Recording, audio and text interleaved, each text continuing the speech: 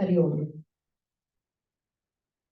Matru Devo Bhava, Pitru Devo Bhava, Guru Devo Bhava, Atiti Devo Bhava. So this shloka is from Taittiriya Upanishad. And what it translates as, consider your mother as God, father as God, Guru as God, and guest as God. And we are so fortunate and blessed to have our Atithi today as Sadhvi Dev Atithi Ji and Devwani Ji. So from Kulsdan Committee, Kulsdan Sanatan Mandir, and all of us here, and you are Atithis as well, so you are the God as well, presenting. From all of us, from the bottom of our heart, I honestly and sincerely express my gratitude for both the Sadhvijis. Both Sadhvijis, as you could see, are so young, and they have taken the Diksha from Param Pujya Shraddheya Baba Ramdev Ji in March 2018. They are looking after the Mahila yoga of Patanjali Yoga Vidyapit from Haridwar in India, outside India, and at the moment they are doing more work in Nepal as well. Both Sadhvijis they have profound knowledge in Sanskrit scriptures, or Upanishads and daily rituals, Gita, Bhagavatam, etc. And they are fluent in English as well. So when it came down to, and I'm fortunate actually, so thank you, Bhanuben, when you approached me just 2 weeks ago that this opportunity, could we have some session with Sadhvijis at Coastal Monday? There was no chance, I would say no to this opportunity, honestly. And the topic, what would we like Sadhviji to discuss with us in this Monday, was such a brainstorming for me because they have immense knowledge. And to get some drops of nectar, from them within the limited time we have and within the limited space we have in this facility, I was struggling to give them some suggestions. So what I suggested them was, and absolutely this is going to be in their hand now, that if we could get a little information and correct information, obviously from these two experts of yoga, about yogic breathing, meditation, pranayama. The second thing, as an Ayurvedic practitioner, I get asked this question a lot. Yoga being Ayurveda's sister science, patients usually ask me, what is the right way of doing yoga? Is this asana okay for me? Etc. So if they can give a little guidance about what is the prerequisite for a beginner of yoga. And the last, and this is something personal request as well, actually. So yoga is not just exercise. And now I think the gathered crowd definitely have acknowledged that. Quite a few of you are practicing yoga for many years. Some of you are beginners, but it's not just a pure form of exercise. It's very much linked to mind, body, and soul, and it has spiritual impact overall. So there are niyams for yoga, and I'm just requesting them, time permits, if they can elaborate on basic 5 niyams, the first 5 niyams of yoga: yam, asan, yam, niyam, asan, pranayam, and pratyahara. And if they can give us discourse, does everybody understand English, Hindi here? So Hindi and English, Sadhviji would be a preferred language, but in English as well. And everybody understand English? I take that as yes, wonderful, so amazing. So now, without taking much of your time, I'm handing it over to Sadhviji. Thank you so much once again.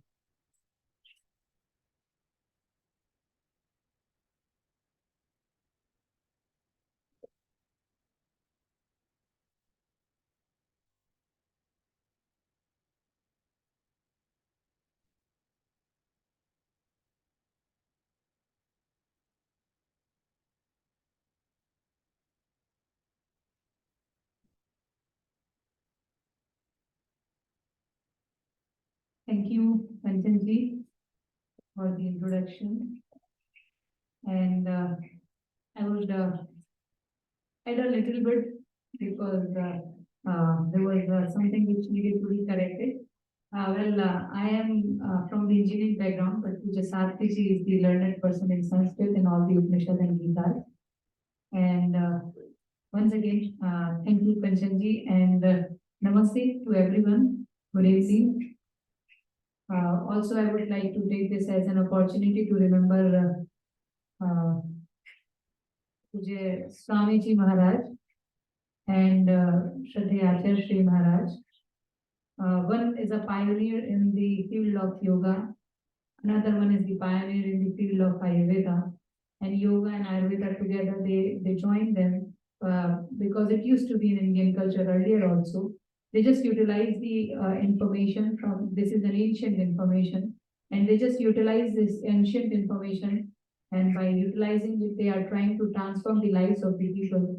And I would rather say, because India is a country which is with the highest number of people living there, highest population, crores of people have got benefited because of Puja Swamiji Maharaj and Shraddha Acharya Shri Maharaj.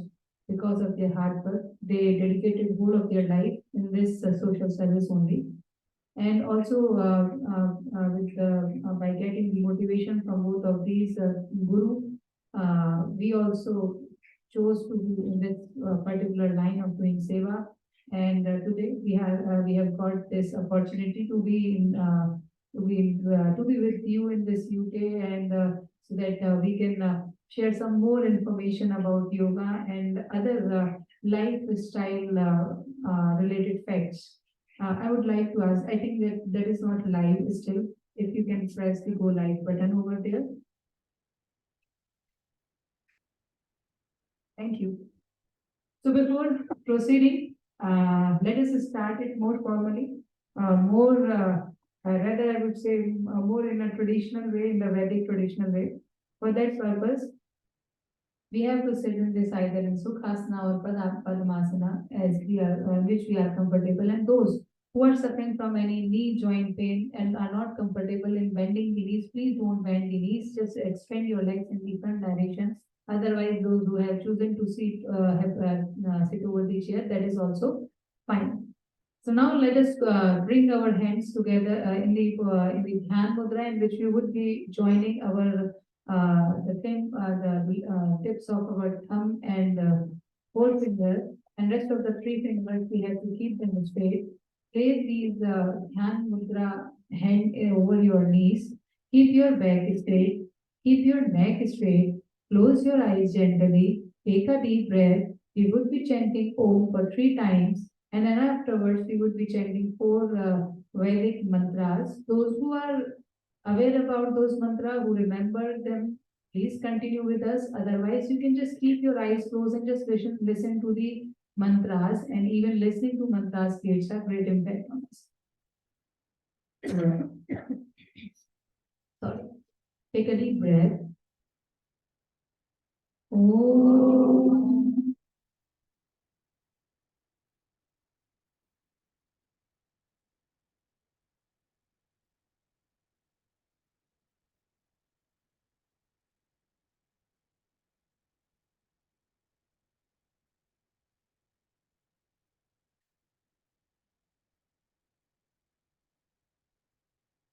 Om.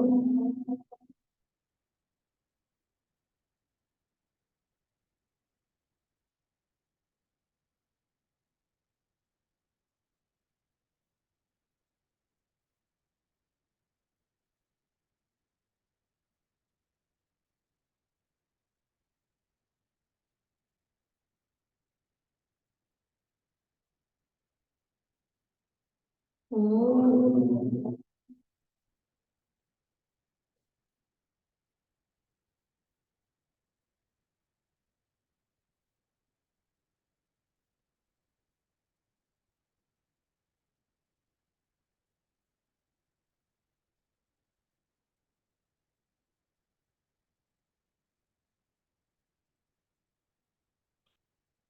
Now the chanting of the mantras, and first one is Gayatri.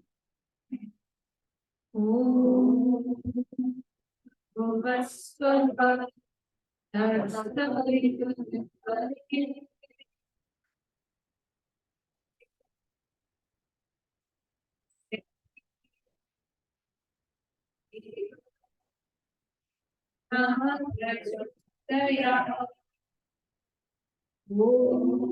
त्र्यम्बकं यजामहे सुगन्धिं पुष्टिवर्धनम्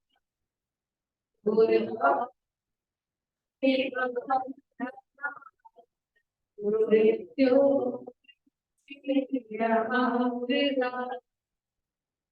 ॐ सहना भवतु सहनौ भुनक्तु सह वीर्यं करवावहै तेजस्विनावधीतमस्तु मा विद्विषावहै ॐ असतो मा सद्गमय तमसो मा मृत्युमृतं समय वो शान्तिः शान्तिः शान्तिः.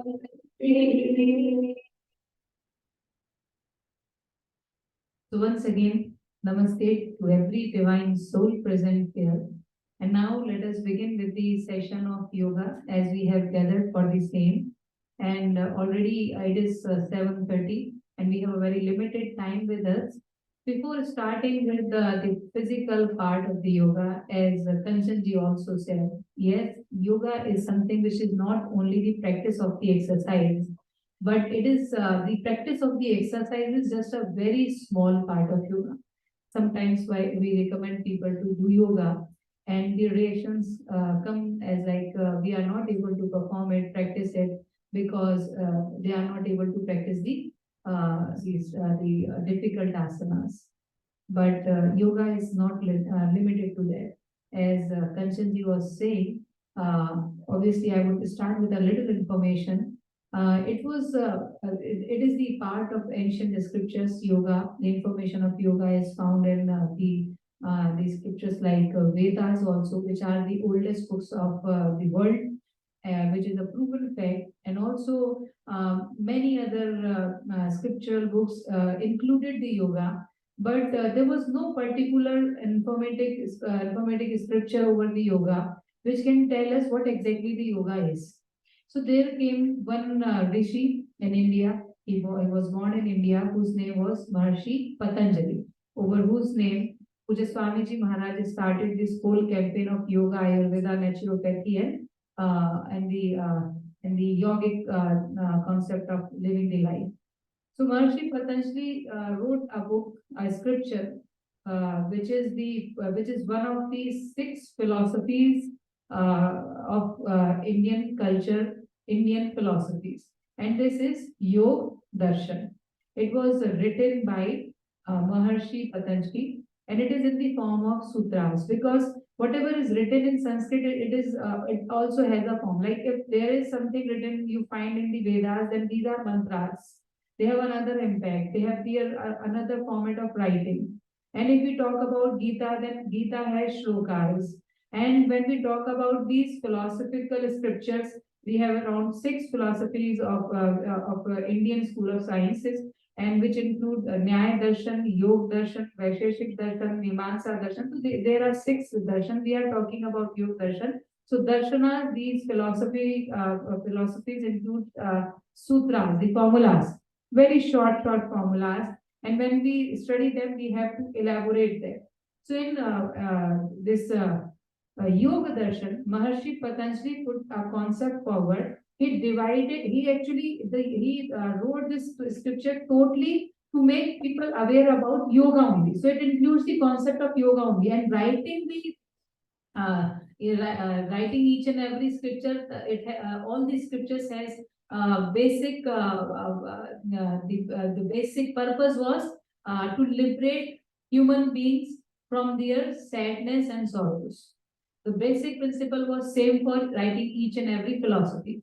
So when we talk about Yoga Darshan, in Yoga Darshan, there are formulas by which Maharshi Patanjali tried to told everyone that yoga is something which we have to which we can divide in 8 parts. That's why we say Ashtanga Yoga, and this includes Yam, niyam, asan, pranayam, pratyahar, dharana, dhyan, samadhi. Samadhi is the complete liberation. So the concept is, well, if we go deep into the concept, then we would not be able to perform the or practice the asanas and the pranayam. But the main concept behind each and every darshan, each and every philosophy in India is karma. Whatever you do comes back to you. And that also, each and every person, each and every human being is born with a nature. Some have a nature which in which they can do a good business. Some has a nature that they can fight well for the country. Some has a nature they can teach well. So everyone is born with their particular nature. Some are good artists, like they draw well. Some are good in playing. Some are good in oratory skills. Some are good in the form of politicians. So everyone has a nature, and according to that nature, the Indian philosophy, the Vedic philosophy, I would rather say, the ancient philosophy, the Vedic philosophy says, then according to our nature, we should choose our lifestyle, our living, even the earning the bread should also be based on the nature we have inside us. And when we are performing our job, so performing our job is the priority, and while performing the job, we should not actually get into the emotional connections with any person and with ourselves also. And that is what the main concept of Gita is. So when we talk about Yoga Darshan, the same concept follows, and it is written that when we talk about yoga, what is yoga? So yoga chitta vritti nirodha. So yoga is a process by which we can remove all the desires and all the businesses that are happening inside our mind, and we can liberate us from any kind of connectivity with this material world we have, which is the major problem. Because either way we have to leave this material world. So why to connect this with this material world? Instead, we should use all the things like the resources for performing our tasks, for completing our jobs, for completing our tasks, like in the form of karma. And in the performing, in the process of that performing those tasks, the karma, we should also take into mind that what kind of karma we should do and what kind of karma we should avoid. And over to that, when we talk about this another word, the dharma, that we should perform or act in the or do the karmas according to our dharma. And when we talk about dharma, people are very confused because our shastras doesn't say dharma means the particular person. They don't apply any tag. Instead, they say Dhariyati iti dharma, that what we can inculcate in our nature, which is required to live, is dharma. Like telling a lie is a dharma, but telling truth is our dharma. So to help others is a dharma, and to avoid the other's pain is a dharma. To live for your country is dharma, and to avoid the responsibility you hold towards your country is a dharma. If someone is in pain, to liberate that person from the pain is our dharma, and if we are ignoring it, it is a dharma. If we have the feeling of jealousy, this is a dharma.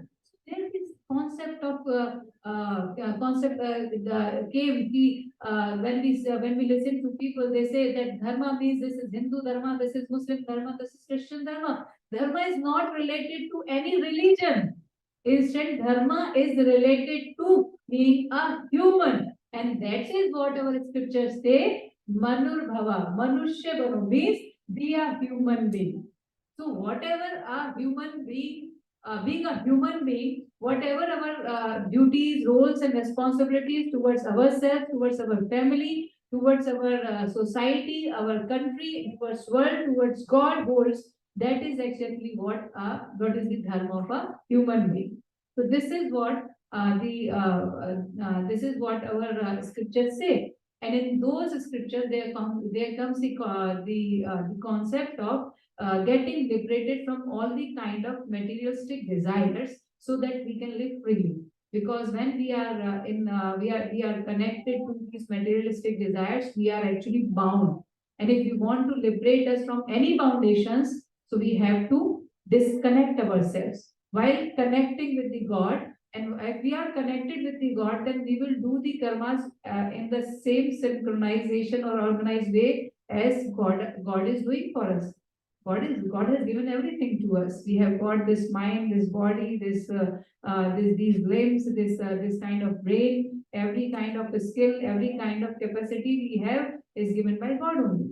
So this is how Maharishi Patanjali says that according to this concept, we have Yam, Niyam, Asan, Pranayam, Pratyahar, Dharana, Dhyan, Samadhi. Here comes the Dhyan as the seventh position, which is meditation, which is also a part of Ashtanga. And in this, we will get deeper into this concept in the next, in the upcoming, in a while, I would say, in a while, because we have to start also. So to do anything good in this world, even to do anything in this world, this God has provided us with the body and the mind. So we are living organisms, living beings, obviously, and we are living beings, so we are a composition of three facts, three truths, that is the mind, body, and soul. Soul is something which never dies. Nothing can happen to our soul. It just changes the body like we changes clothes on the regular basis. So obviously we have to change clothes early within the 24 hours, at least in the 24 hours. And body changing the body requires around 100 years, maximum up to 100 or 110 years. You will say that it is a long time, but you can feel if you remember your childhood, it was just, it seems like yesterday, but time passes like this only. So when we talk about the concept of yoga, in this yoga, the mainly two things like mind and body, they are made up of the same five materials with which this nature is made: earth, water, air, and this fire, all these elements with out of which this whole world is made. Our body is also made with the same materials, with the same elements, and our mind is also made up of the same materials, same elements. So as in this world, anything which is produced can also gets destroyed in a particular time. So is the concept with our mind and body also same, and it is true for same, true for both of these two. And in this scenario, so what we have to do is that the God has bestowed us with mind and body, so we have to keep our mind and body in stronger position. We have to keep them healthy because these are the main resources to live. Like we take care of our mobile phone, we take care of our car, of our houses. The most important thing is our body, and this is avoided most by us. How? That is also we would be talking in a while. So to keep ourselves healthy, we have to perform yoga. And let us start this with the stretching exercises. Otherwise, because we have less space, so we would be doing certain exercises. But when we take the knowledge from Puja Swamiji Maharaj, he has divided this yoga into five main parts. First is the practice of exercises, which needs to be done for at least 7 to 10 minutes. Then is the practice of the asanas, which needs to be practiced for at least 10 to 15 minutes. Then it is the practice of subtle exercises, which we will be doing today also, which needs a time of duration of at least 10 minutes. Then comes the practice of pranayam, which needs to be practiced for at least 30 to 45 minutes for a healthy person. And then comes the fifth part of this concept, which is the meditation, which needs to be done for at least 10 to 15 minutes. So we need a healthy body, a healthy mind, a strong body, strong mind, and for that purpose, we would be doing yoga. So let us start with the stretching exercises, which we would be doing in the standing position. I would be making it simple for you because I heard many people are new. So let us start with the standing postures now.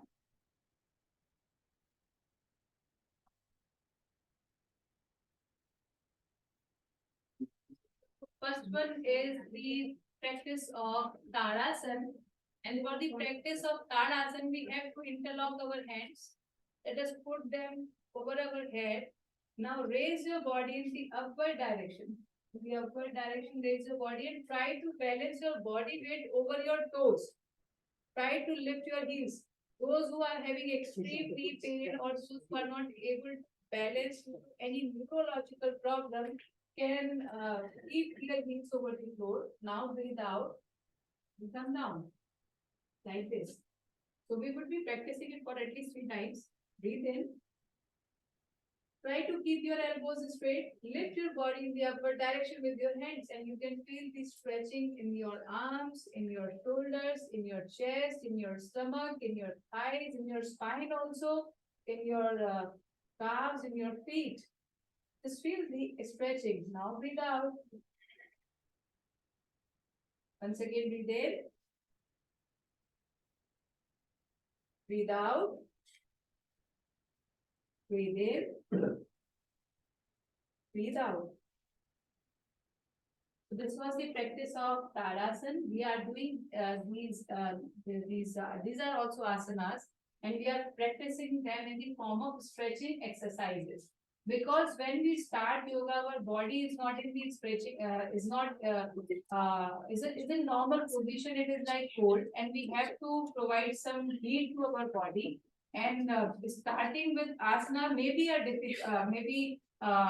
difficult task for us and maybe not that much beneficial. Instead, we should try to warm up our body with the practice of these stretching exercises. Now we would be doing the Tiryak Tadasana. Once again, interlock your hands and place them over your head. Breathe in, raise your hands in the upward direction.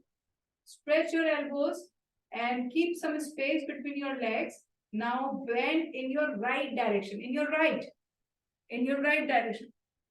Keep your elbows straight. Bend as much as possible for you. Now breathe in.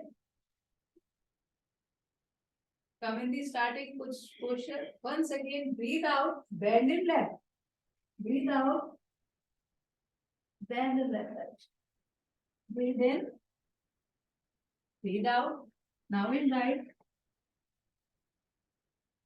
Breathe in. Now in left. Once again, breathe in. Relax. So this was Tiryak Tadasana. And next are the practice of Trikonasana. For the practice of Trikonasana also, we have to keep our legs a little apart. And now place your left hand over your left thigh, right hand raise it in the upward direction. Try to touch your ear with your arm like this. Now bend in left direction. Breathe out. Bend in left direction. Like this. And bring your left hand from thigh to ankle. Breathe in. Now from the opposite direction, breathe out. So this is the practice of Trikonasana, and we are practicing it a little slowly.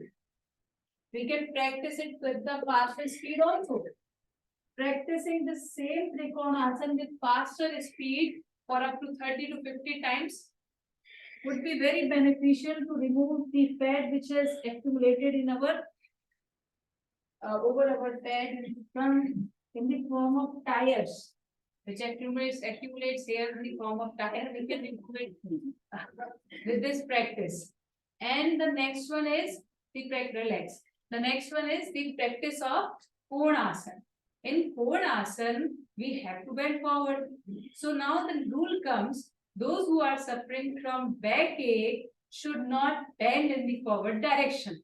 It should be taken as the precaution. Even if we want to lift something from floor, then we should not bend like this. Instead, taking support of some object, we have to keep our back straight, and we can just sit like this by keeping our back straight. We can pick anything from the floor, and then we can once again stand up.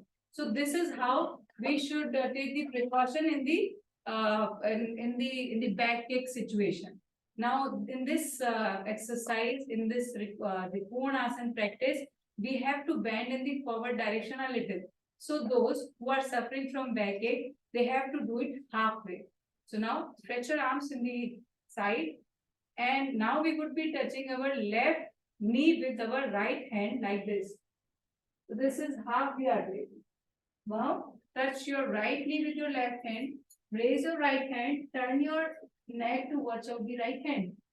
Now, touch your left knee with your right hand and watch your left hand, which is in the upward direction. This is for those who are suffering from backache, and those who are not suffering from backache can do it completely by touching the feet with the hand like this. Try to hold, don't do it fast. We are practicing it in the form of stretching. Take deep breath, inhale deeply, exhale deeply. Like this. Done. So this was the practice of Purnasana. We did these stretching exercises in which we lifted our body and then we bended our body in the left and right direction. And now the next one is the forward bending. Once again, the concept is same. Those who are suffering from backache should not bend in the forward direction. Instead, those who are suffering from backache should try to do those asanas in which you would be bending in the backward direction like this. So you will be practicing it in a while. The next one is the same. First is it is forward bending. So for forward bending, the starting posture is keep your legs closed, hold your hands to the side, over your thigh. You can place your hand. Now breathe in, raise your hands in the upward direction. Breathe out completely and bend in the forward direction. Like this, try to touch the floor with your palms and move with your forehead. This is the position. Breathe in. Breathe out. Don't bend if you are suffering from backache. Breathe in. Relax. So this was forward bending. We have bended in the forward direction. Now reverse bending. So this reverse bending is the posture known as Ardha Halasana, which is very beneficial for those who are suffering from backache. But those who have cervical and spondylitis should not bend their back in the backward direction. They should only bend their neck in the backward direction. Those who are suffering from cervical or spondylitis. So place your hands over your trunk. Keep a very little space between your both the legs. And now breathe in and bend in the backward direction like this. Breathe out, come back. Once again, breathe in, go back. Breathe out, come back. Now let us try to hold in this Chakrasana for 5 seconds. I would be counting for 5 seconds. Breathe in. 1, 2, 3, 4, 5. Wait, relax. So this was the practice of stretching exercises. Do you want to do a little more? Yes. Are you enjoying it? Yes. Now I just felt with your smile that you are actually enjoying it. The next is the practice of Vrikshasana. We also call it as the Dhruvasana. Keep your right leg over the floor and raise your left leg and place your left foot over your right thigh. Keep your heel in the initial part of your thigh and now raise your hands in the upward direction. Those who are easily able to do this, they can do this. If you are suffering from any knee pain, back pain, not able to hold in this posture, can relax and just raise your hands in the upward direction and do Namaste in the upward direction by joining the palm together. And if you are able to come in this posture but not able to hold, what you have to do is that you have to concentrate at one point with both of your eyes. So you would be able to concentrate easily.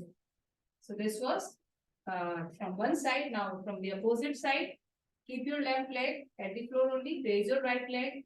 Place your right feet over your thigh and try to touch the initial part of your thigh with the heel. Raise your hands in the upward direction. Try to keep your elbows straight. Don't bend your elbows. Keep them straight. So this was the practice of Dhruvasana, Vrikshasana, and now let us do one more asana. I would rather prefer to do that asana over here, which is Garudasana.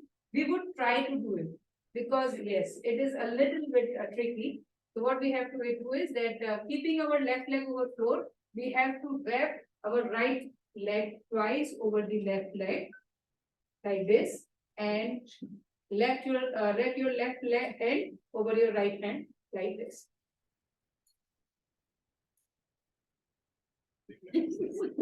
At least you can try.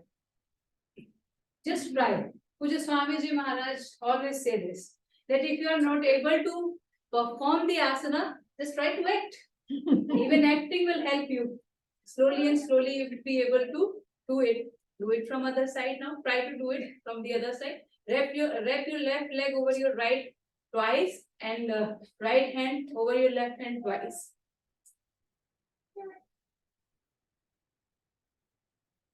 In Hindi we say bani baat.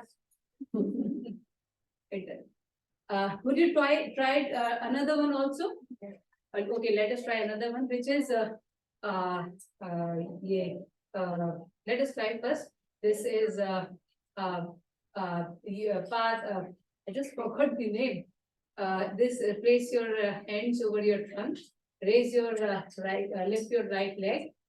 Hold your thumb with your hand and stretch your leg in the forward direction. Keep your knees straight and keep your right hand over your trunk only. Keep your back straight.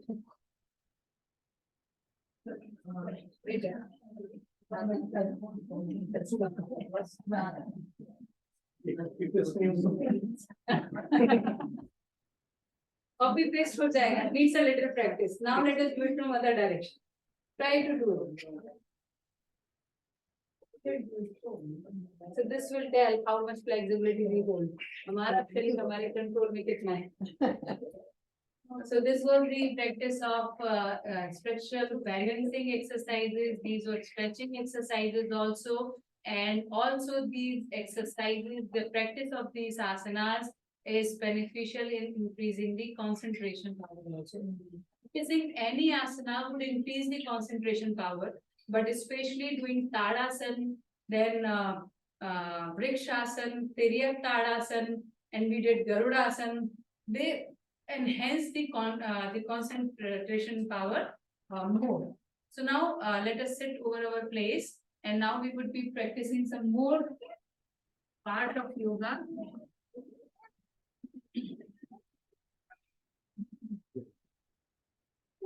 In a while, we would be starting with the subtle exercises. Before moving towards the subtle exercises, let us start the practice of pranayama, yogic breathing. So for practice of pranayama, we would be sit in the comfortable posture you like, and we would be starting with the practice of Bhastrika pranayama, which is deep breathing. To practice deep breathing, yes. Can you explain in a short sentence what does it mean? Pranayama? Yes, I will explain. I will explain definitely. After starting the process, I will explain. We would be doing pranayama also, and we will understanding the concept also. It is a nice question. Thank you for asking. So the first is Bhastrika pranayama, in which I would be telling you the procedure. You just start with the process, and we would be discussing in the meanwhile. You would be doing pranayama. I would be discussing about pranayama. So first is Bhastrika pranayama. Breathe in deeply. Breathe out completely. Take 2.5 seconds to breathe in. Then again, next 2.5 seconds to breathe out. Bhastrika pranayama has two rules. First rule is breathe in, inhale, or we can say inhale air as much as possible, and exhale air out of your lungs as much as possible. This is the first rule.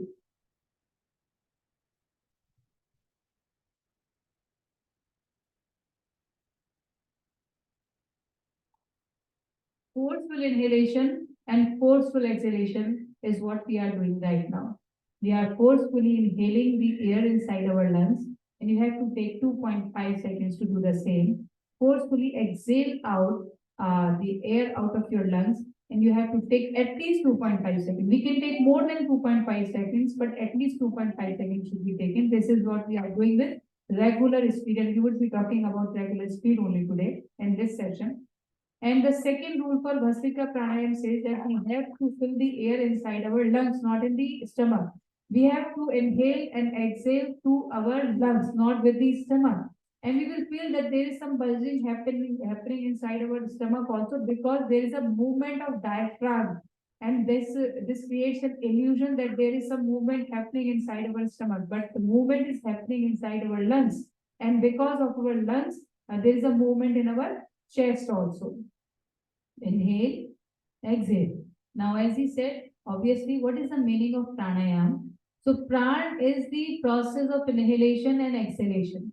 Here, what does pran mean is the process of inhalation and exhalation. And ayam is a Sanskrit word which in English means the control, to control. So, we are trying to control the process of inhalation and exhalation. Or we can just say that we are just inhaling and exhaling with more awareness.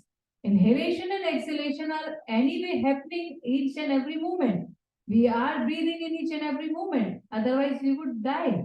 But now presently, with more awareness, we are trying to concentrate over our breathing, and we are trying to control our breathing. And why we are trying to do so is something we have to discuss in this next moment. Before that, just keep doing Bhastrika Pranayam. Take at least 2.5 seconds to inhale, 2.5 seconds to exhale, which means 5 seconds for one practice of Bhastrika Pranayam. Which means that in 1 minute, we would be able to practice 10 to 12 times the Bhastrika Pranayam. Which means in next 5 minutes, we would be repeating this Bhastrika Pranayam for around 50 to 60 times, which is must for everyone. Practice of Bhastrika Pranayam for 5 minutes is must for everyone. So just keep your eyes closed and keep practicing Bhastrika Pranayam. So what happens in Bhastrika Pranayam is that when we inhale deeply, normally during the normal breathing, we are only utilizing 40, 50 or up to 60% of our lungs. But when we inhale deeply, we try to inhale more. Obviously, our lungs, they constitute around 5 crore alveoli. There are two lungs made up of 5 crore alveoli, which are air sac, in which when we breathe air, the air is filled inside these air sac. These air sac are covered with the blood capillaries, which bring the the blood which is carbonated, which contains carbon dioxide. And now the process of exchange happens between these alveoli and the capillaries. Oxygen is transferred in the capillaries and carbon dioxide comes in the alveoli, which is excreted, exhaled out by the lungs through the alveoli only. So when we breathe, we are taking air inside, which includes 79% oxygen, rest 20-21% are other gases which are not required. So when we are not breathing completely, that air which is not required stays in our lungs, in the alveoli, and which results in the wastage of the lungs, because we are not utilizing them properly. So if we are not inhaling properly, what is happening inside our body? We are taking less amount of oxygen because the breath is short. We are taking very small breaths, and with that less amount of oxygen is entering inside our body, and our body is running over the energy which is produced inside our cells. What we eat is converted into the glycogen. That glycogen reaches the cells with the help of blood. Oxygen also reaches the cells with the help of blood, and inside the cell, the oxygenation of this glycogen happens, which results in the production of adenosine triphosphate molecules, which are energy molecules and get stored inside our mitochondria. And when it is required, this energy is utilized by our body, because our body is running over energy only. For each and every task, we require energy.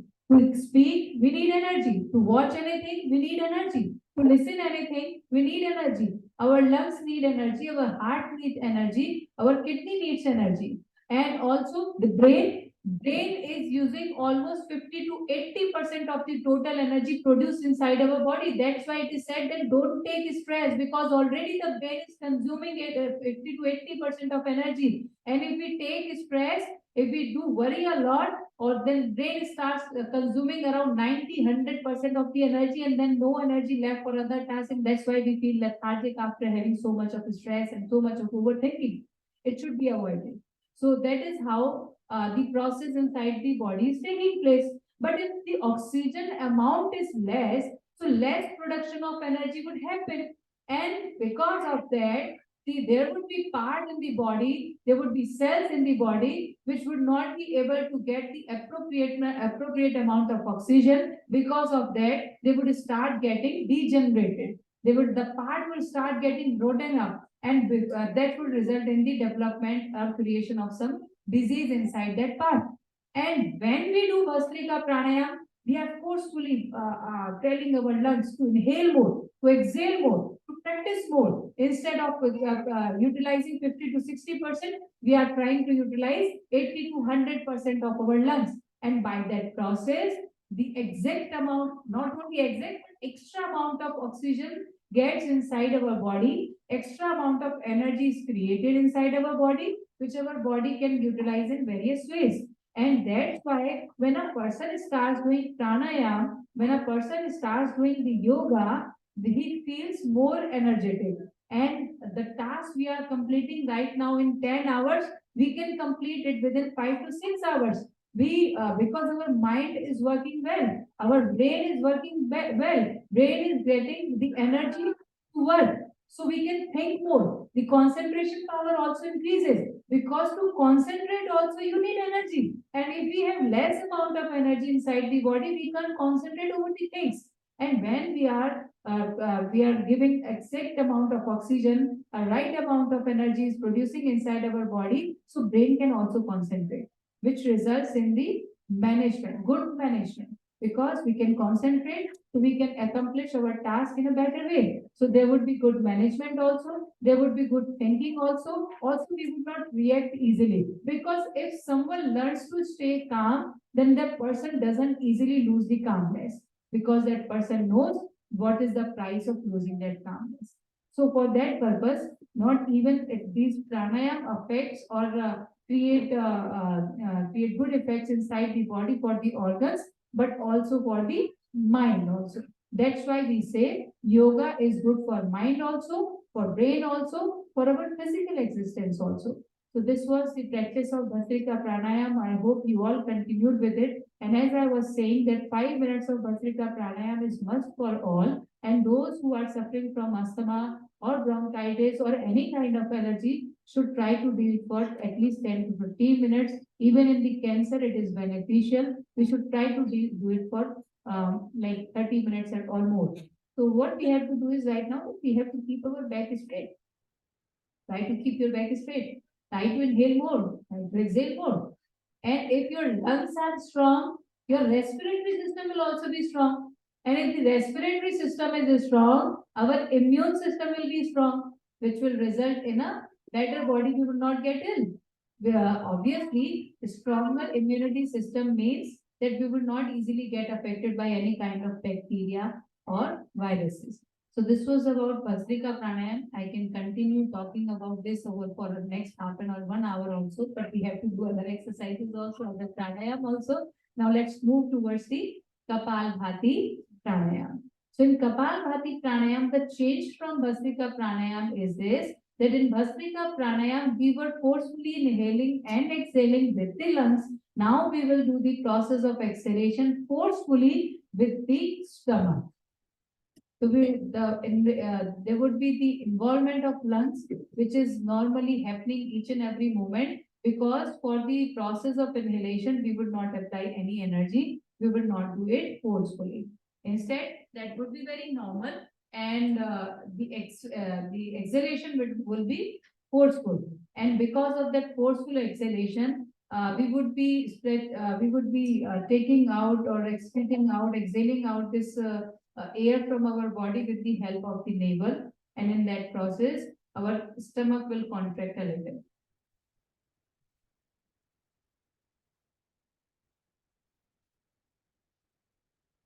So there would be a little contraction inside our stomach and no other body part will move.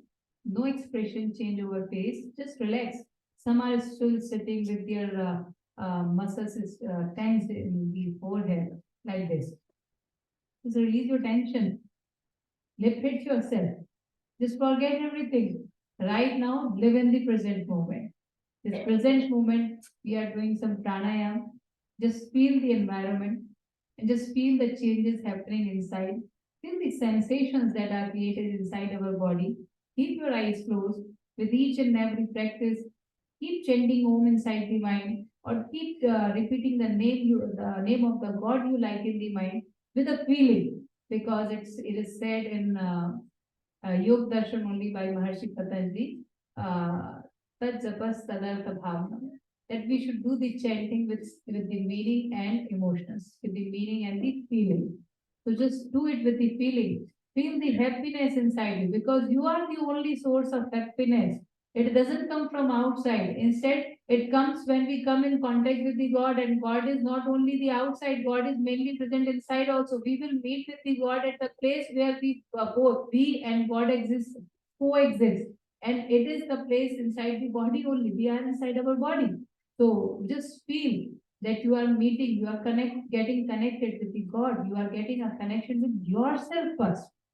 So there's a saying in Hindi, मैं भीतर गया, मैं भी तर गया. When I went inside, I got connected with myself. So just connect with yourself. Feel the happiness. And this is the Kapalbhati Pranayama. Keep doing it with a relaxing mood. One stroke in 1 second. So this means 60 strokes in 1 minute, which means 300 strokes in 5 minutes. And every healthy, normal, or a person with a little problem should actually do this Kapalbhati Pranayama for 10 to 15 minutes. Normal, 10 to 15 minutes is very normal. But those who are suffering from any kind of disease, they should try to do it for at least half an hour. Like for 30 minutes to 60 minutes, we can do Kapalbhati Pranayama in a day. Now that depends on our requirement. This Kapalbhati pranayam is something which we call as the pranayam, which we call as the king of the pranayam. Kapal means the forehead, Bhati means the energy. When we practice this Kapalbhati pranayam on the regular basis, on the daily basis, there is this energy, this aura, the positive aura, this page oj starts getting reflected from our forehead. So just keep doing this Kapalbhati pranayam. And this Kapalbhati pranayam is known as the king of pranayam because we can get benefits in more than 90% of the diseases with the help of this Kapalbhati pranayam. For normal, 10 to 15 minutes. For chronic diseases, try at least doing it for 30 minutes. And there is no requirement to do it in a stretch. Instead, we can break it in 10 to 15 minutes. Two times a day we can do this. That means we have to at least repeat it for half an hour in a day, in 24 hours. So we can practice Kapalbhati pranayam for 10 to 15 minutes in morning. Then we can practice it for 10 to 15 minutes in the evening. It will make 20 to 30 minutes, and this will be very beneficial for those who are suffering from chronic disease also, like asthma, BP, either high BP, hypertension, or low BP, cholesterol. If triglycerides are increased inside our body, Kapalbhati pranayam is very beneficial. Those who are suffering from diabetes, try to do it for at least half an hour. Those who are suffering from thyroid, either hyperthyroid or hypothyroid, Kapalbhati pranayam plus Ujjayi pranayam, they both are very, very, very beneficial. Also, for those who are having bad gut health, so to improve the digestion, Kapalbhati pranayam. Those who are suffering from the problem of constipation, Kapalbhati pranayam is something which benefits us a lot.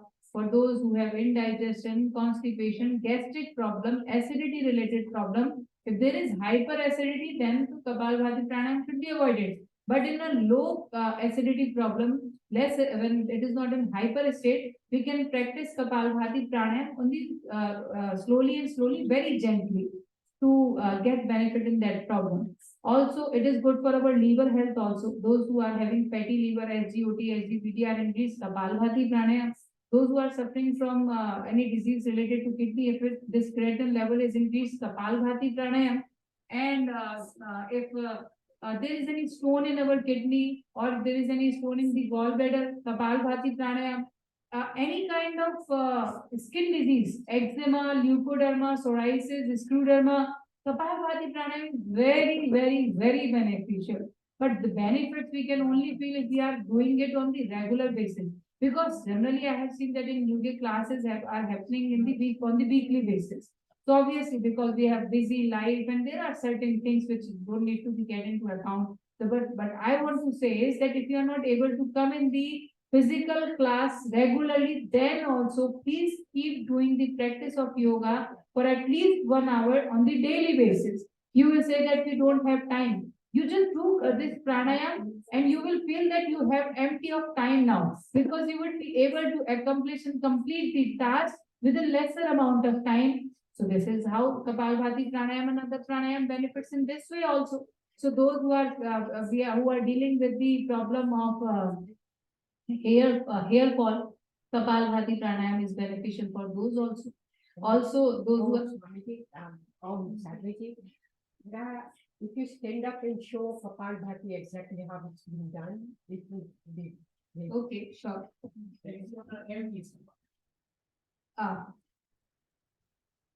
So let me tell you one more thing that Kapalbhati pranayam is something that we have to do on empty stomach.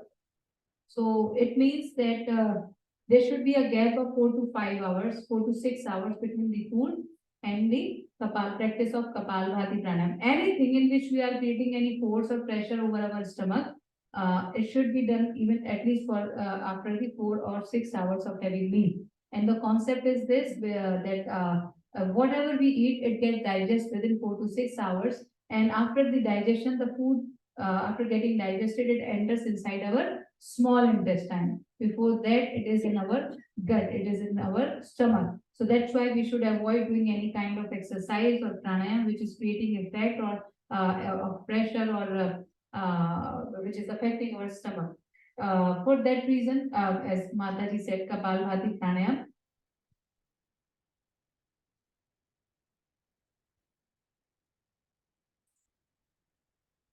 A little contraction inside our stomach, a very little contraction. You have to forcefully exhale it. No movement of our shoulders. Keep your back straight.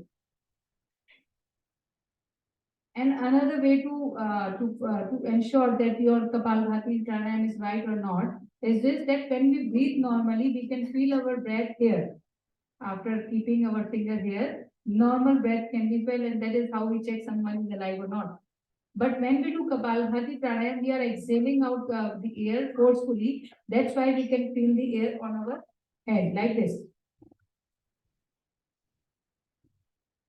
We will feel a little amount of air pressure at our head. And if we are able to feel the same, then it is okay. And if we are not feeling the air over our hand, then there is some problem with the procedure. So we need to correct it. This is how we have to do Kapalbhati pranayam. And with the practice of Kapalbhati pranayam, we would also be listening to the bhajan by Puja Sartriji. She has a very melodious voice, and I think everyone will love to listen to her. And keep your eyes closed, do some Kapalbhati pranayam, keep doing Kapalbhati pranayam, get the best effect of the pranayam. And I was, as I was saying, more than 90% diseases is a big number. It's a very, very big number. Just keep doing Kapalbhati pranayam, and Puja Sadhviji will be singing a bhajan to us. If you are not able to understand the language, that's not a problem. Try to understand the feeling, and you will feel that by closing the eyes.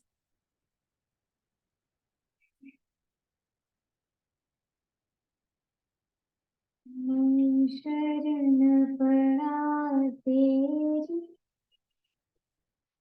चरणों में जगह तेरा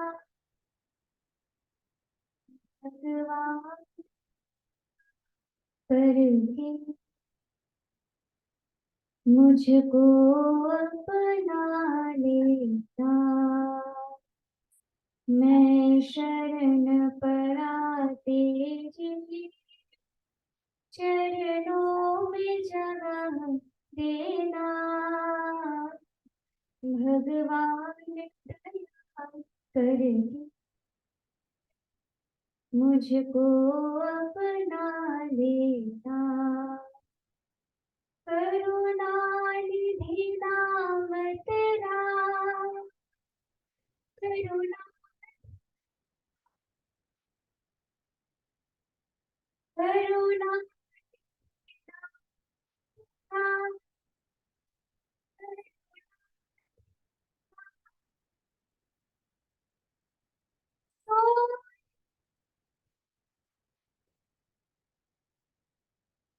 हे नाथ जगा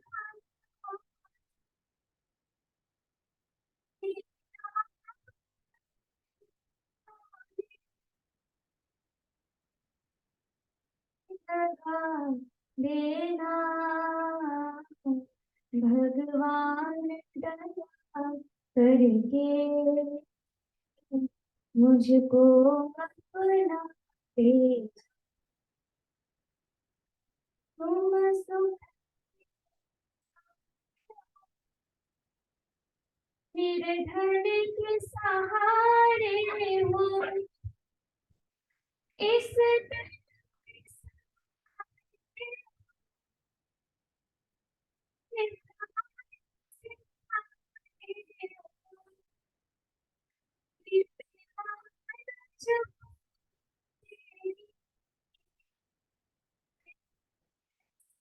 अपना देना, भगवान दया करके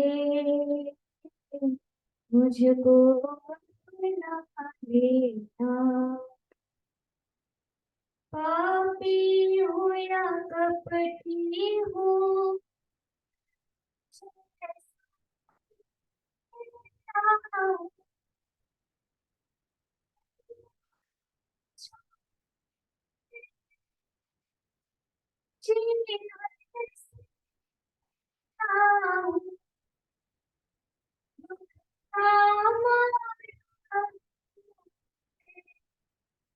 मेरा दुख मिटा देना, भगवान दया करके मुझको अपना लेना, मैं शरण पड़ा तेरी चरणों पे जगह देना,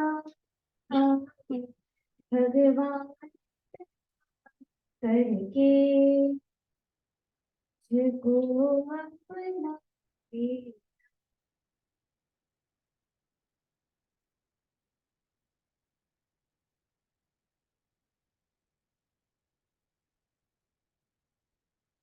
Would you like to listen to one more? So let us now listen it with the practice of Anulom Vilom Pranayama. Next pranayama, we were discussing about the Kapalbhati, now the Anulom Vilom Pranayama, in which we would be closing our right nostril with our right thumb and inhale with the left nostril. Now close the left nostril and exhale with the right one. Inhale with the right, close the right and exhale with the left. Once again, inhale with the left, take 2.5 seconds to inhale. Now exhale with the left, take 2.5 seconds to exhale.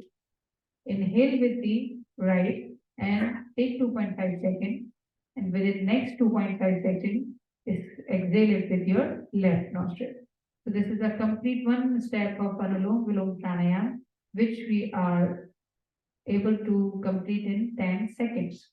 So, which means that we would be able to do 5 to 6 times this Anulom Vilom Pranayama in 1 minute. And this means that we would be able to do 50 to 60 Anulom Vilom Pranayama in 10 minutes. And practice of 10 minutes is must for all. So this is a pranayama which is very beneficial for our brain health, for our mind health. Those who are suffering from insomnia, who are not getting good amount of sleep, who are not able to sleep, please try to do it for 15-20 minutes on the daily basis, and then you will see the change. This is very beneficial for those also who are suffering from stress, anxiety, depression. This is a pranayam which takes maximum amount of oxygen in our brain. And if the amount of oxygen is increased inside our brain, so the cells which makes our brain are the neurons. And there is a gap between each and every neuron, which is the synaptic gap in which the neurotransmitters are present. So when we do Anulom Vilom Pranayam, extra amount of oxygen enters the brain and which results in the extra amount of energy production. So this results in the more better processing of these neurotransmitters, which are responsible for processing the information. So obviously, the information will be processed in a better way, which results in the better concentration power. So doing Anulom Vilom Pranayam is beneficial for increasing the concentration power, to increase the IQ level also, to increase the power of grasping. We would be able to learn things early. If we are not able to learn things, we can learn them faster with the help of Anulom Vilom Pranayam. Even for those who are suffering from problems like Alzheimer. So in that case also, reversal is very difficult. The damage has already happened, but if we want that further this damage should stop, so it is beneficial. Anulom Vilom Pranayam is. And as I said that this is working mainly in our brain. So in our brain only there lies three glands, which are pineal, pituitary, and hypothalamus glands. That's why it results in a better endocrine system. So it balances the hormones also. And this is the game of hormone inside our body. So we get sad when the saddening hormones releases inside our body. And if we are able to, if we are doing this Anulom Vilom Pranayam, so we have seen it practically, and we have seen the experiment is also done. By doing Anulom Vilom Pranayam, we are able to increase the amount of serotonin, oxytocin inside our body, which results in the happiness also. And that's why we are able to control our anger also. It is very good for our heart also, for those who are suffering from angina pain, or those who have heart blockage, or those who have the problem of BP, either it is hypertension or low blood pressure. Anulom Vilom Pranayam is very beneficial for those also, and for those also who are having problem in nervous system. So it is very good for our complete nervous system. It is a pranayam which solely works at our cellular level. So if there is any problem in our cells, so that problem is also gets benefit. We get benefit in this situation also by doing Anulom Vilom Pranayam. Also, it is good for our gut health. Very beneficial for those who are suffering from acidity. Very beneficial for those who are suffering from gastric problem. Just and this doing Kapalbhati pranayam for 10 minutes is must, but there is no limit. We can do and any amount of time we can do this Anulom Vilom pranayam. It is very beneficial, and also this is so simple that we can at least even after 1 hour of having meal, we can do Anulom Vilom pranayam, because we are not creating any pressure over our stomach. So even after having even after 1 hour of having meal, we can practice this Anulom Vilom Pranayam. We can practice it in the sitting posture also. We can practice it in the sleeping posture also. But we have to practice it on the regular basis. Keep doing Anulom Vilom Pranayam. Keep feeling the sensations which are happening inside your body. And with that, we would be listening to next bhajan from Pujya Sarpiji. Anulom Vilom Pranayam is not related to Kumbhak. We are not holding breath here. Kumbhak needs to hold breath at some point. If we are exhaling out and after exhalation, we are holding the breath, it is Bahya Kumbhak. And after inhalation, if we hold our breath, it is called Anta Kumbhak. And if we are holding it at any place, not particular by releasing it or by intaking it, instead at any place, this means Abhyantar Kumbhak. But we are not doing it in Anulom Vilom Pranayam. That is Nadi Shuddhi Pranayam, which is different.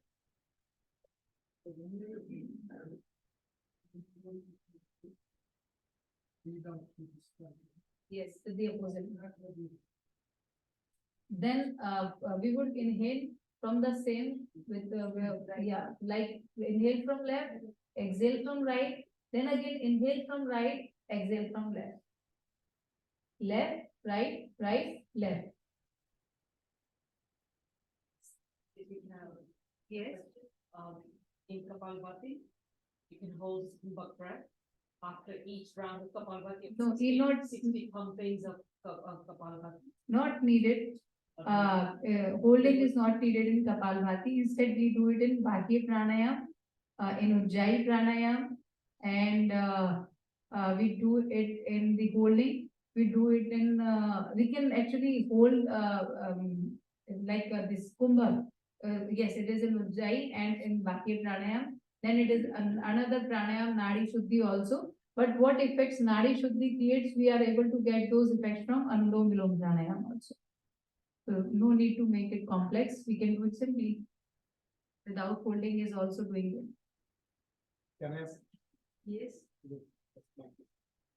So after COVID, many people have started getting the breathing problem. Breathing is not regular. Sometimes breathing stops. In the night also breathing stops. Okay. So one of my yoga teachers, Constance from so he said that while doing Bhastrika, you can hold after breathing, and after breathing also you can hold for some time. Is that the right way or? In Bhastrika, it is possible. We can hold for a while, for 5 seconds, 10 seconds. Holding would help in Bhastrika because we are holding the air inside our lungs. And that is what we would be doing in Ujjayi Pranayam also. So Ujjayi Pranayam is also beneficial. That is beneficial. Is that effective, like post-COVID? Yeah, it is very effective after this COVID. Even Anulom Vilom Pranayam is very beneficial after COVID because major impact is created on the lungs and the heart. Both are getting affected. So for that reason, we have to practice both Kapalbhati, Bhastrika, and Anulom Vilom Pranayam. And also, I would like to advise for those people who are having these breath-related issues that please take care of your food also, like having curd and chas, buttermilk, and the oily things. These things should be avoided, and they should also avoid eating food after 6. They should try to have their breakfast, like lunch would be good at 10 or 11, and then at 5 to 6 we can have our dinner. And in between, if we want to have something, we can take soup or something like this. And taking the soup of apple is very beneficial. So we have to eat, but we have to eat that thing which we can digest easily. So our less amount of energy would be consumed by the stomach to digest that food, and enough amount of energy can be created with that light food also. So we should try to eat those things which we can digest easily. And in that also, we know that many of us are having background from India, sitting here, we know our word maida, that should also be avoided. Because I said that whatever we eat, that stays in our stomach for 4 to 6 hours. The process of amalgamation starts inside the stomach when we eat anything. And if the food is light, so the digestion will happen in 4 hours only. After digestion, the food will pass into the intestine. If the food is heavy, the digestion would happen for 6 hours. But there are certain foods which don't even get digested in 6 hours, but our stomach can't hold for more than 6 hours. So what will happen is that maida requires for at least 18 to 20 hours to digest. And if it is not, even if it is not digested after 6 hours, it will be passed into the intestine and it would not do any good there. So we are eating pizza, burger, and the samosas and so many Gujarati dishes are made out of this maida only. So we should try to avoid any product made of the maida. And there is a concept we say that 3 kinds of white things should be avoided in our house.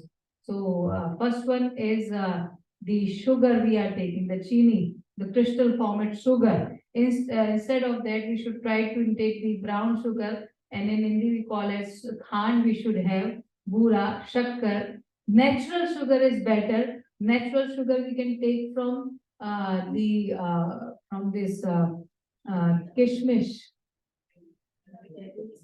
Jaggery. Jaggery is more than the natural sugar. Jaggery is good on the place of this crystal sugar, but yes, the dates, khajur, kishmish, raisins, and anjeer. Fig. So these are natural sugar fruits, like the orange, the banana, mango is the natural sugar. So we should try to take natural sugar instead of these artificial sugar. Directly we can eat sugarcane also. That would also be beneficial. And in the place of sugar, we should try to have this jaggery. This is good. And the next thing which is white and which should be avoided is the iodized salt we talk about. Instead of this, I don't know what we call it as what we call this senda namak in English. Yeah, rock salt, pahadi namak, rock salt. So this is very good because this rock salt contains around 65 elements inside it, and it is good for health. But that salt, that white salt includes only iodine, nothing else, and it is not good for our these veins and arteries. It harms our veins, arteries. The next thing is maida, fine wheat flour. It should be avoided. And mishri we can have. Mishri is good. Mishri we can eat. But in that too, I don't know, we find that kind of mishri in England or not. In India, we find the better version of mishri, which is with a wire inside. The cotton string, yes. The cotton string is inside there. This is the best format. I just feel that the mishri we are getting in UK is also a little modern one.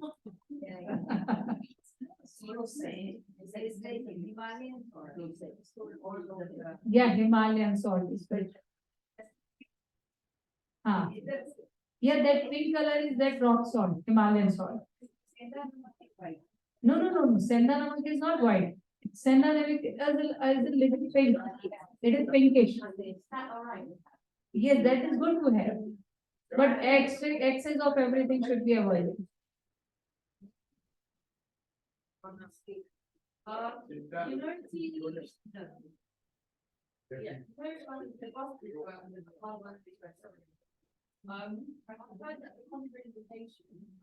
Is that you shouldn't do it when you've got high blood pressure. That's what. Let me tell you about this. This is something that we need to cover. Bhastrika is deep breathing. The Bhastrika is deep breathing. We have, as I told you, just breathe in slowly and breathe out slowly. It is not going to affect on the blood pressure. It affects blood pressure if we are doing it with faster speed like this. We can do Bhastrika pranayam like this also.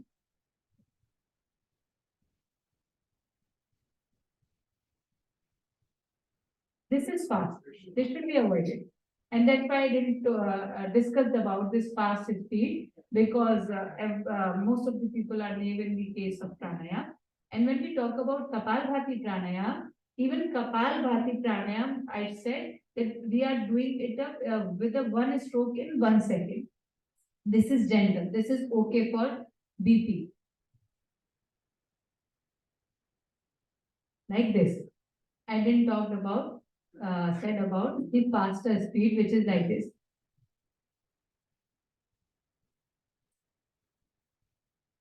So this would obviously be contradictory for the BP. Yes. Because a lot of people do it. And I've thought before. That's why I said 1 second, 1 stroke, and 2.5 second inhalation and 2.5 second exhalation. So I'm just talking about the most gentle one, which is beneficial for all, and which will not be which will not create any kind of adverse effect on our body. We can take questions afterwards also. We would be discussing. Let's have some anulom vilom pranayam and one bhajan hum puja sarthi. Please keep doing anulom vilom pranayam. And close your eyes to have a better effect of the same. Hari हम शरण तिहारी, हरि हम शरण तिहारी, हरि हम शरण तिहारी, हरि हम शरण तिहारी, शरण पार खड़े, विनती सुनो हमारी, हरि हम शरण तिहारी, हरि हम शरण तिहारी, हरि शरणं, हरि शरणं, हरि शरणं, हरि शरणं, हरि शरणं, हरि शरणं, हरि शरणं, हरि शरणं। मात पिता तुम ही हो बंधु, तुम ही सखा हमारे,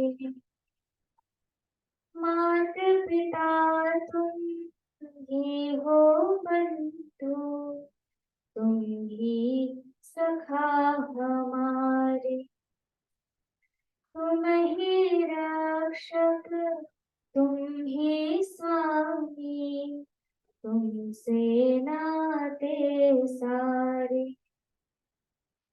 तुम बिन नीरस है सारी दुनिया तारे, हरि हम शरण तिहारी, हरि हम शरण तिहारी, हरि हम शरण तिहारी, हरि हम शरण तिहारी, देख ली हम सारी दुनिया, तुम सा कोई न पाया, एक तुम्ही पद में तुमसे स्नेह लगा,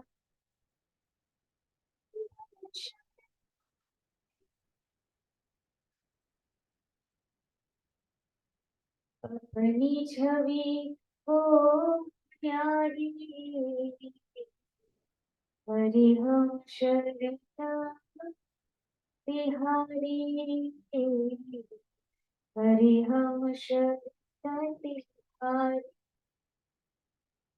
हरि शरणं, हरि शरणं, हरि शरणं, हरि शरणं, हरि शरणं, हरि शरणं, हरि शरणं, हरि शरणं, हरि शरणं, हरि शरणं, हरि शरणं, हरि शरणं, हरि शरणं, हरि शरणं, हरि शरणं, हरि शरणं, हरि हम शरण तिहारी, हरि हम शरण तिहारी, हरि हम शरण तिहारी, हरि हम शरण तिहारी, हरि हम शरण तिहारी, हरि हम शरण तिहारी।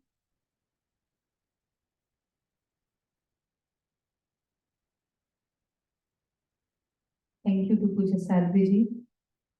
And now we will be doing some Amri and Keet, and then the practice of some subtle exercises. We have still more 20 minutes to go, and in these 20 minutes, we have a lot to discuss.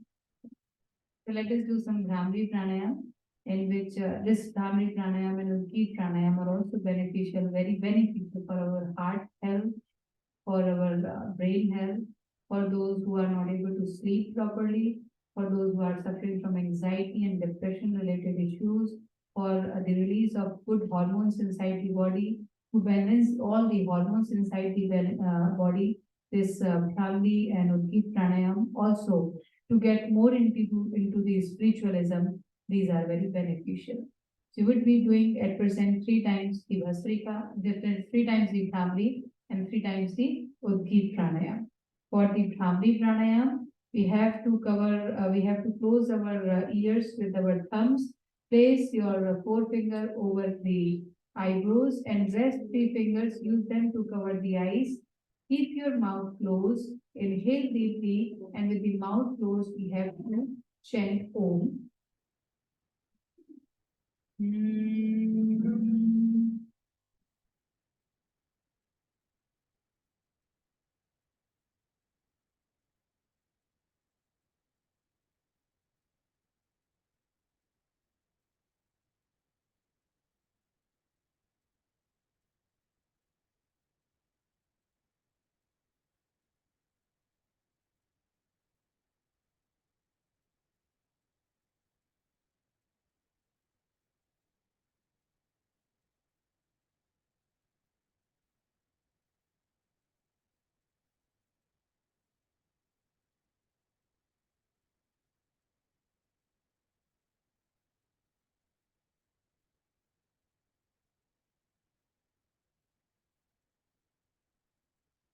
Place both of your hands in Dhyan Mudra over your knees. Keep your eyes closed. We would be doing Udgit Pranayam for 5 times. We have to chant the Om with a deep breath every time.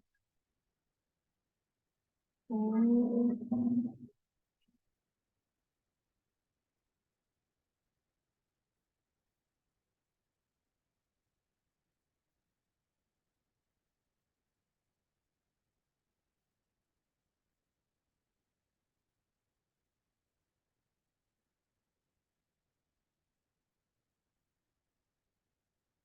Om.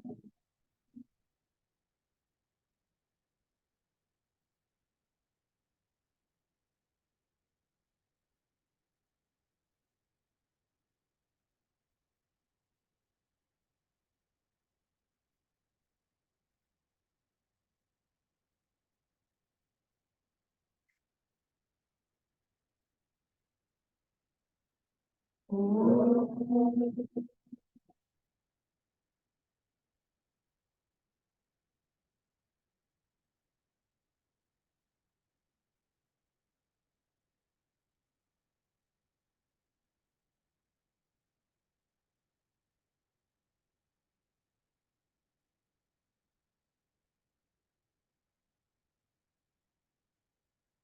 Om. Om.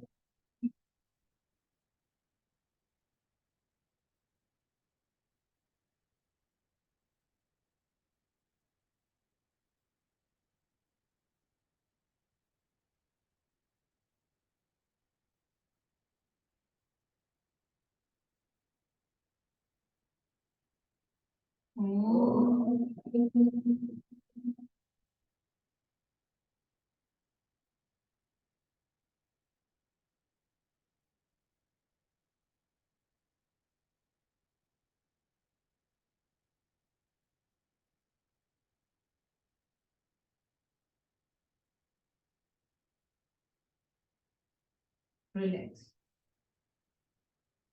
Now raise your hands, rub them together, and transfer the enriched energy generated between the palms to the face.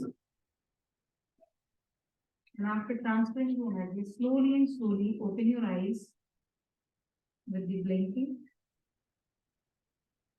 So that the strong light doesn't affect our eye eyes. And now we would be practicing some subtle exercises. Those who are sitting, they can do them in the sitting position only. Yes, with Om, in with the technique, so you do so long and so it's easy to do that. Well, it is the matter of practice, majorly.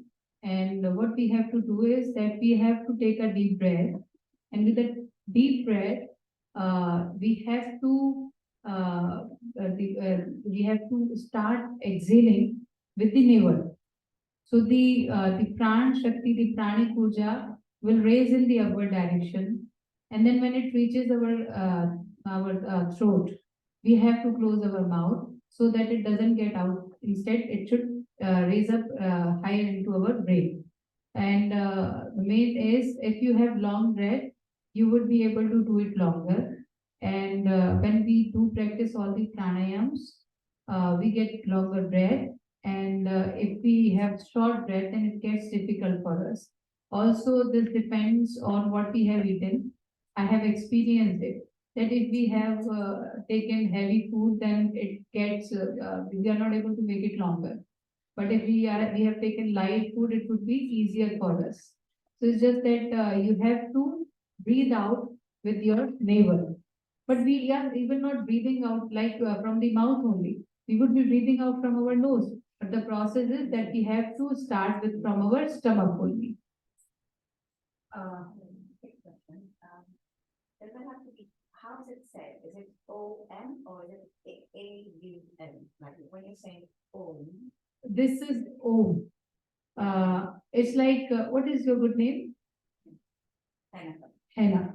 So, Henna ji, your name includes Henna. So we don't say Henna. We say Henna in a go. That's how we pronounce Om in a go. In one stretch only. So it is not AUM. It is this is we write in English AUM because we are stretching it. So it is related to a Hindi word O, which we pronounce with the help of our navel. There are certain words which we pronounce with the help of our tongue. Some are pronounced from our which with the help of our teeth also.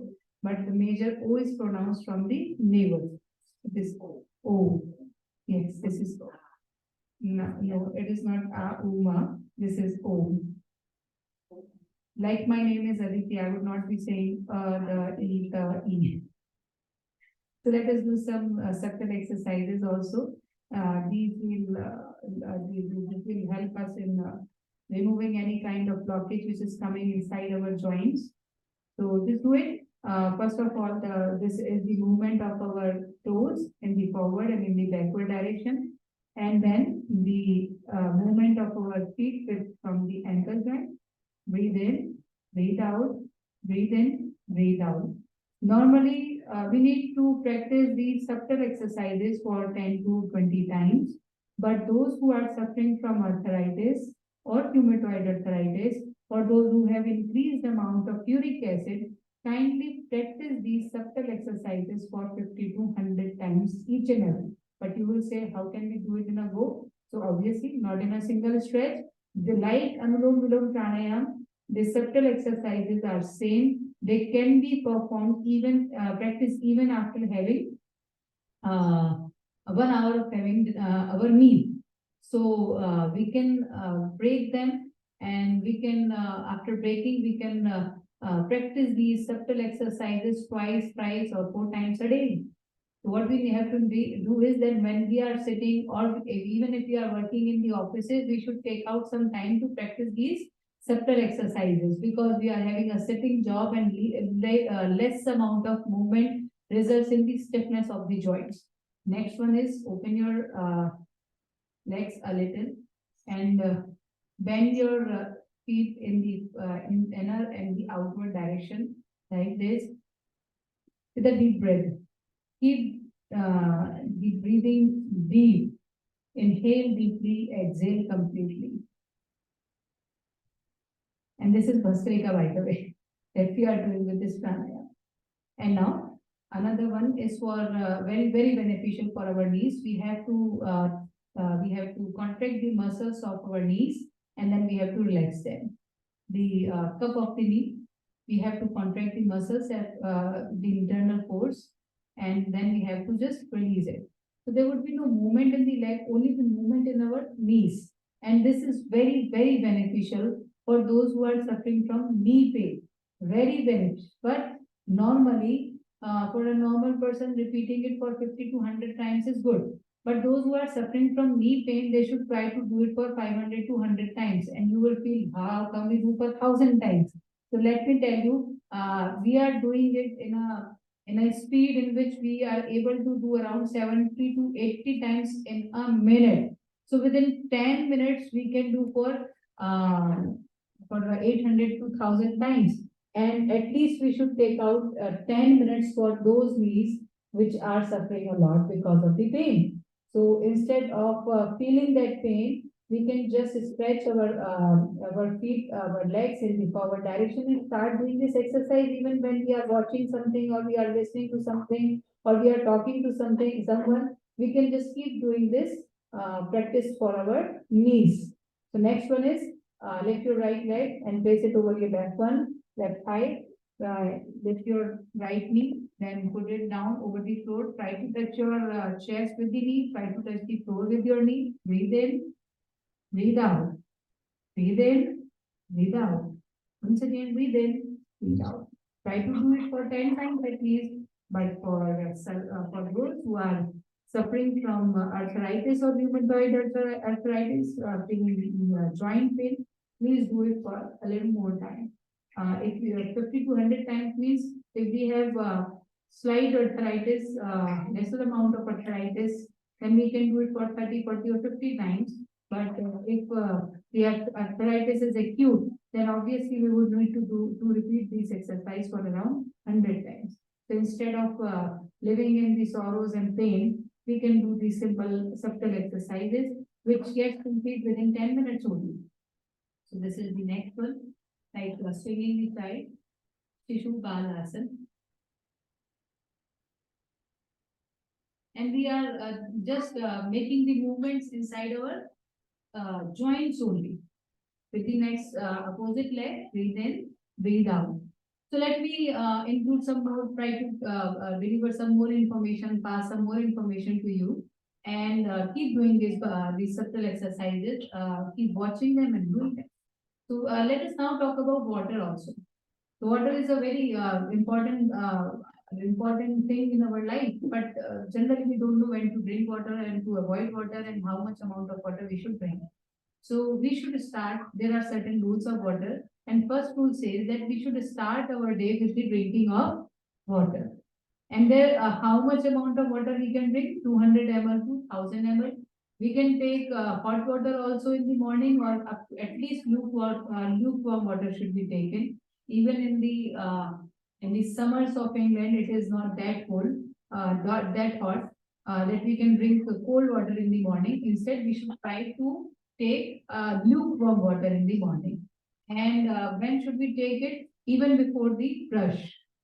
Because we think that we should first brush and then drink something. But when we sleep and we keep our mouth closed, so there are chemical reactions regularly happening inside our body. And one such reaction results, some are very good because the things are happening for the betterment. So after sleeping and waking up, the saliva in our mouth includes certain kinds of enzymes which are very good for our gut health.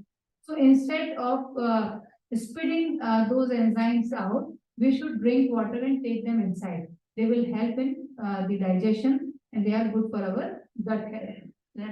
And now the second rule for the water is that we should always sit while we drink water. We just take water. We don't bother to sit. We just drink it like that only. Obviously, drinking it for once or twice would not affect that much, but it just doesn't help in our habit. The bad habit is we actually gather bad habit we develop inside us by practicing these things like we just take water and drink it in the standing posture only. Instead, we should always sit down while drinking water because our body, according to Ayurveda, our body is made up of Vata, Pitta, and Kapha. And when we drink water in the standing posture on the regular basis, this Vata Tattva gets disturbed, which results in the knee pain and other joint pains. Also, we should always drink water in small sips. What we do is that we take water and drink like that only. This is also not good. We should drink water in small sips. We say, as we listen to Puja Swamiji Maharaj, he always says, drink water as if you are eating it and eat food as if you are drinking it. So this is how we should chew our food, that it should get transformed into liquid format in the mouth only. In Hindi we have a saying "Dato ka kaam aato se na lijiye," which means don't don't use your intestine for the work our teeth are made for.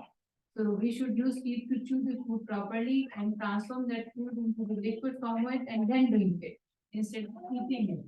Now open your arms, stretch your arms in the forward direction. Yes. When we drink water in the morning before brush about 2 or 3 glass, do that time to the stick or we can drink food together. That should be drink. That should never like in one stretch. Just sip and drink it in sips, small sips. And even to add up that, keep doing the subtle exercise. We should do it in a posture in which we should sit like this. We call it as Ushapan in Hindi. That when we drink water, we should sit like this. Before drinking water, we should sit like this and then drink water. So this will help more in excreting out the material from our body. So this is more beneficial. So each and everything is very logical in our Sanatan Sanskriti. We would say we are sitting in the Sanatan temple and keep practicing these exercises Puja Sadhvi is doing with you. And I am also speaking out some more facts about water. So the very important fact is this, that we should always drink water after food, but there should be a gap of at least 1 hour to 1.5 hours. After having your meal, don't drink water. At least wait for 1 hour. And before eating food, there should be a gap of half hour. Half an hour before food, 1 hour after food. This is the logic of drinking water regarding the meal. Because when we eat something, there is a signal transferred to our brain that something has come in the stomach. Then brain tells our stomach to release those enzymes which helps us in digesting the food. And those enzymes, if we are drinking water, they get diluted and the digestion process gets affected, which results in constipation, acidity, and gastric problem. And next is fifth rule, that we should never drink or eat hot in any plastic. I have seen in England also, people, they eat in plastic, they put hot food products in the plastic and then they eat it. Then some of our very intelligent, they heat up the water and they put it in the plastic glasses and then drink it. Plastic is cancerous. It should be avoided. Even if it is a good quality of plastic, it is plastic. So it should be avoided. So these are the rules related to water. And I would like to tell some more information, interesting facts about the Sanatan culture. We always wear gold in our neck and silver in our feet. Do you know the reason? What is the main reason? Because it is this is something different from acupuncture. Yeah, silver is cooling, and this is the area of cuff and this is the area of thyroid. Both thyroid gland requires the heat, the warmth, and also this area is of the cuff, so we need some hot feeling here, which is created with the help of gold. That's why we wear gold in our neck, and it should be close to our neck. And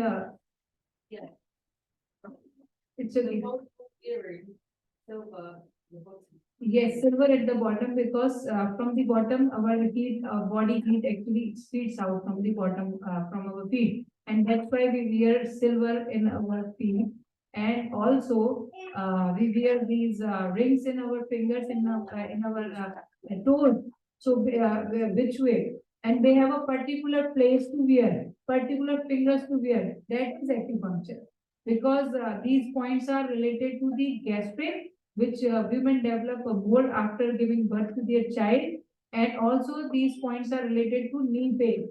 And there is the problem of knee pain is more in women. Also, we wear these bangles in our hands and kangan that we call as. Earlier, it don't used to be churi that is made of that kanch and the mirror or plastic. It used to be a heavy kangan of metal because even men and women both have their sexual points related to our sexual health, hair in our hand. And when we wear kangan in our hand, bangles in our hand, and we work or move our heads, then automatically some or the other way, the acupressure happens, and this benefits us in the form of acupressure. And that's why we pierce our our ears and nose.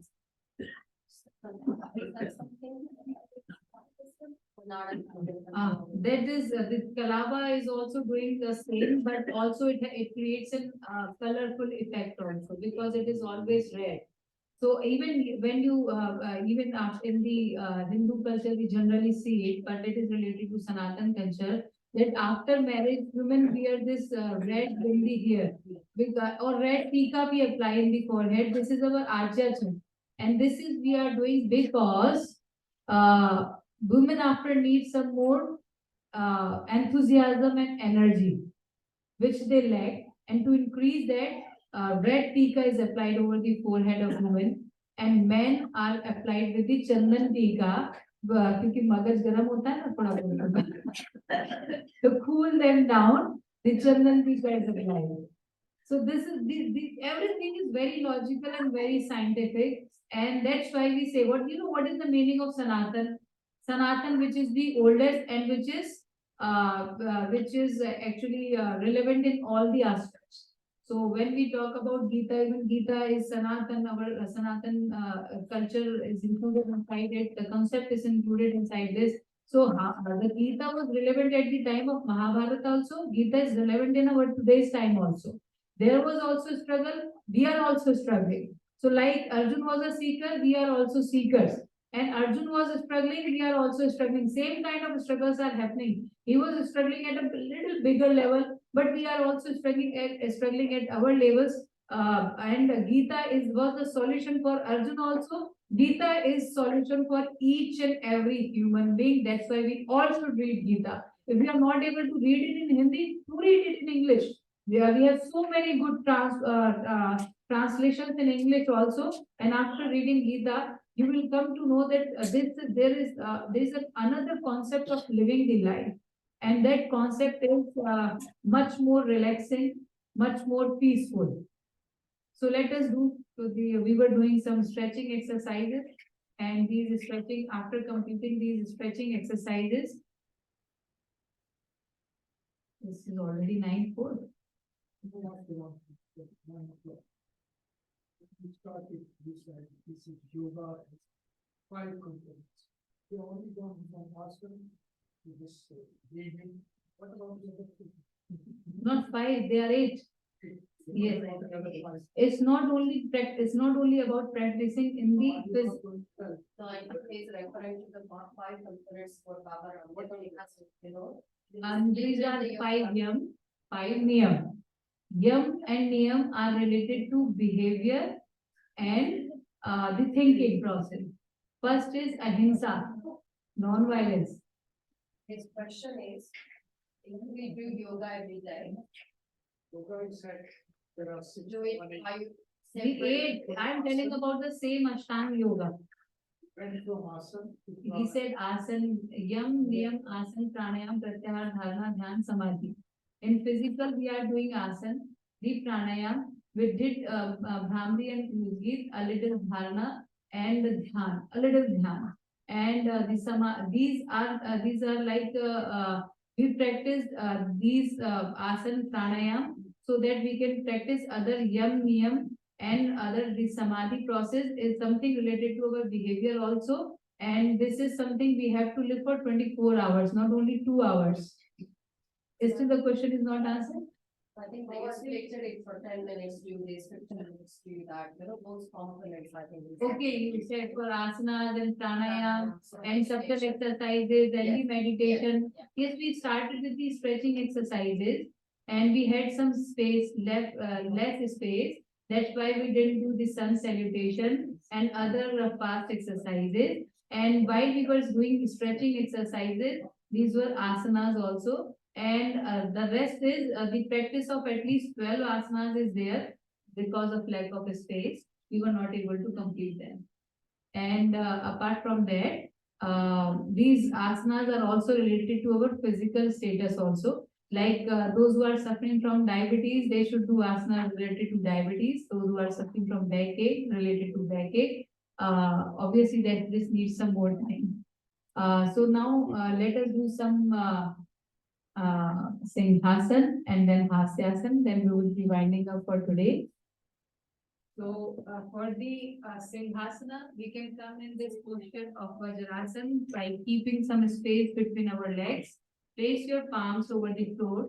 Take out your tongue. Concentrate between your two eyebrows. That is Ajya Chakra, and do some Singhasana.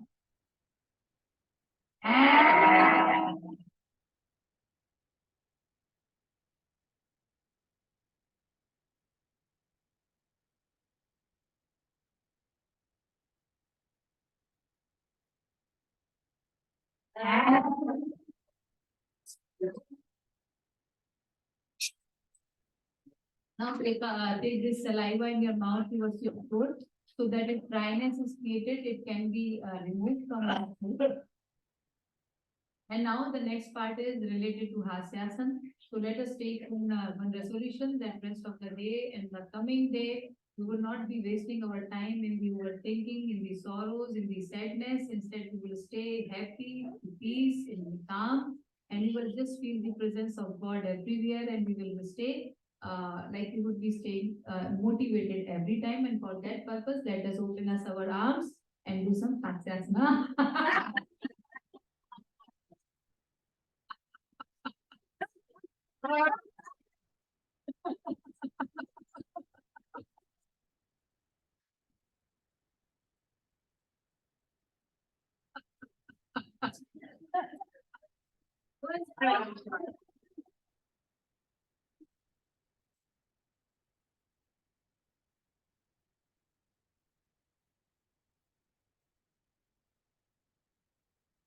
Let me read two more lines of one bhajan. जिसकी लागी रे लगन भगवान में, और जिसकी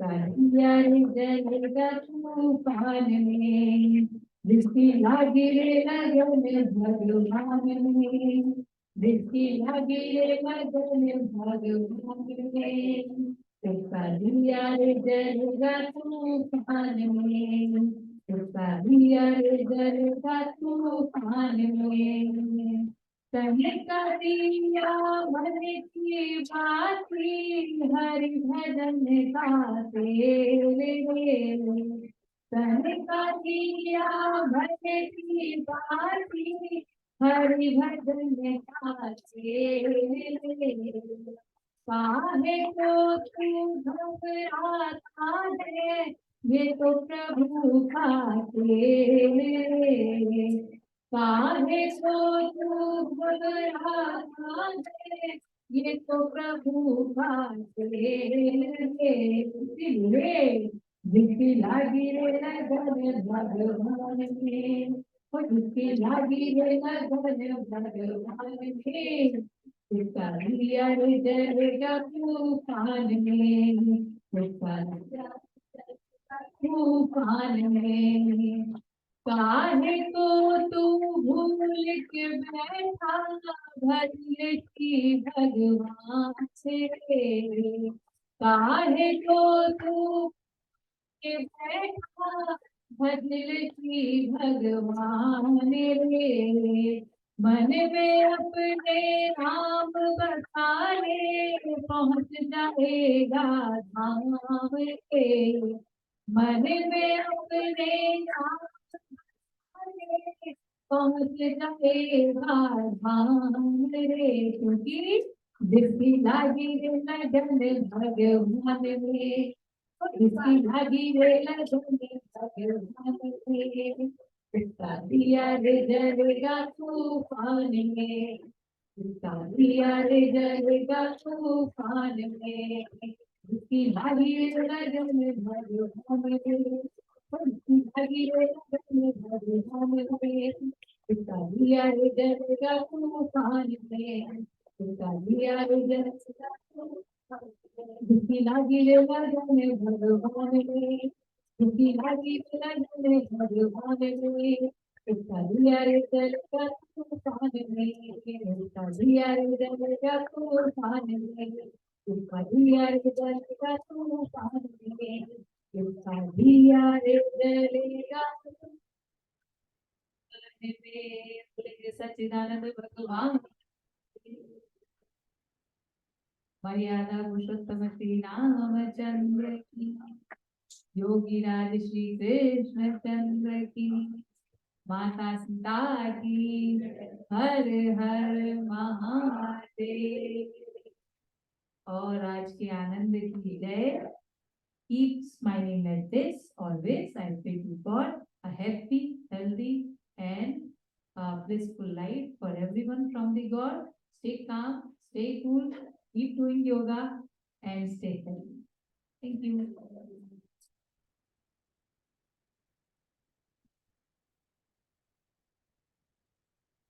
announcement करना है 24 इंटरनेशनल योगा डे